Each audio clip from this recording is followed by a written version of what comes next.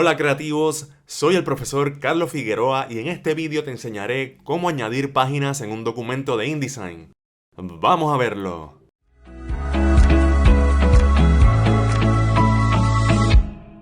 Para añadir páginas a un documento de InDesign, vamos al panel de páginas. Lo podemos encontrar aquí a la derecha de nuestra área de trabajo. Y en este caso vemos que solamente tengo una página. Si no aparece aquí el panel de páginas, podemos ir al menú en ventana y allí seleccionamos páginas. Ahora puedo mover el panel y me aseguro de moverme hacia el icono de suma y allí puedo añadir páginas cada vez que hago clic sobre ese signo de suma.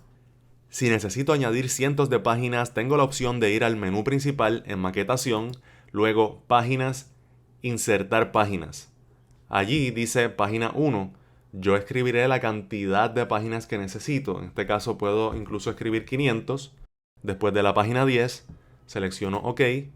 Y ahora tengo 510 páginas.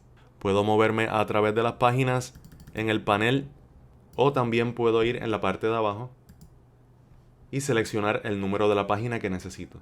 Si te gustó este vídeo, suscríbete a mi canal para aprender más de diseño gráfico. Nos veremos en el próximo vídeo.